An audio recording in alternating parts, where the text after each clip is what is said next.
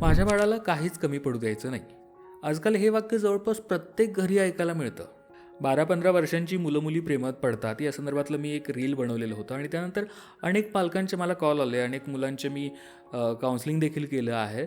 तेव्हा ही गोष्ट मला ठळकपणे जाणवली, जी समाजातही मी पाहत असतो, की माझ्या बाळाला मी सगळं देणार, त्याला कुठलीही अडचण, दुःख, कशाचीही कमतरता भासू द्यायची नाही.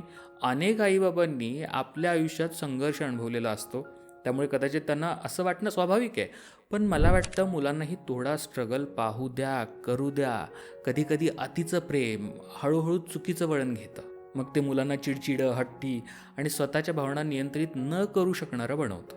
सतत प्रत्येक गोष्ट हवी तशी मिळाली तर त्यांना प्रत्येक गोष्ट मिळवायला वेळ लागतो हे कधी समजणार?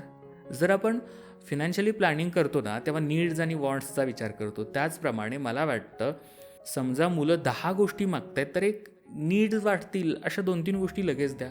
2-3 गोष्टींसाठी त्याला थोडं थांबवा, वाट बघायची ही सवय लागू द्या. त्यातून त्याचे पेशन्स वाढतात. फायनान्शियली प्रॉब्लेम्स नसले तरी थोडेफार असल्याची जाणीव त्याला करून द्या आणि त्या 10 मधल्या उरलेल्या 2-3 गोष्टी देण्यास व्यवस्थितपणे समजावून सांगून त्याला नकार द्या. स्पष्टपणे नाही देखील बोलता आलं पाहिजे. नाही म्हणणं म्हणजे प्रेम कमी नाही आहे, तर त्यांना भावनिक शिस्त आणि वास्तव शिकवणं आहे. पोरांना थोडंफार संघर्षाची सवय लावणं हे सगळ्यात मोठं गिफ्ट आहे जे तुम्ही त्यांना देऊ शकता.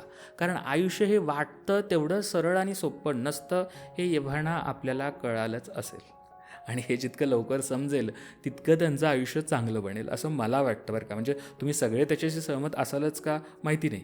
तुमचे काही प्रॉब्लेम्स असतील, सल्ला घ्यायचा असेल तर माझा पेड काउन्सिलिंग कॉल तुम्ही बुक करू शकता.